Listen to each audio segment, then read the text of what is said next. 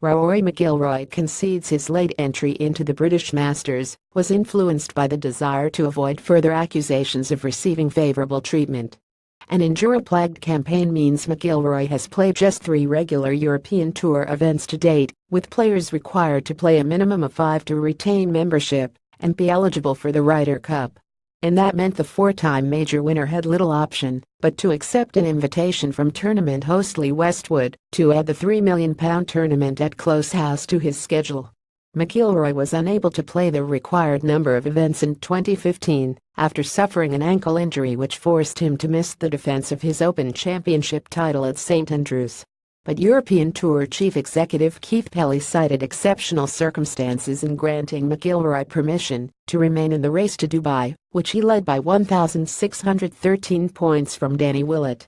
Willett felt McIlroy had been given an unfair advantage, and the Ulsterman went on to win the moneyless title with victory in the season-ending DP World Tour Championship. "I want to play in the Ryder Cup next year, so I've obviously got to play my 5 events in Europe," said McIlroy, who had considered ending his season after the USPGA in August in order to regain full fitness. "There's minimums and stuff like that, and I've sort of been quite close to the edge on minimums and stuff the last few years. I didn't really want to put the European Tour in another sticky position, so I thought he'll play an extra one and not have to make them make the hard decision and have to answer to the membership about why I didn't play the minimum when I could have." McIlroy could also face questions from the European Tour's rank and file following last week's comments that a World Tour has to happen and that the easy thing would be for the PGA Tour to buy the European Tour. But the 28-year-old insisted he had merely been thinking out loud when he made the comments on the No Laying Up podcast. "I wasn't saying it was going to happen next year, in 5 years, or even 10 years' time, but I think at some point something may happen," McIlroy said.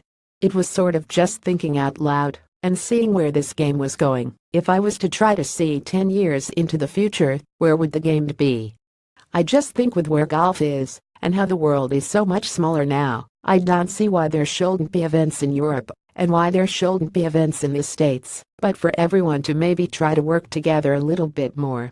Maybe still having 2 separate entities, that's totally fine.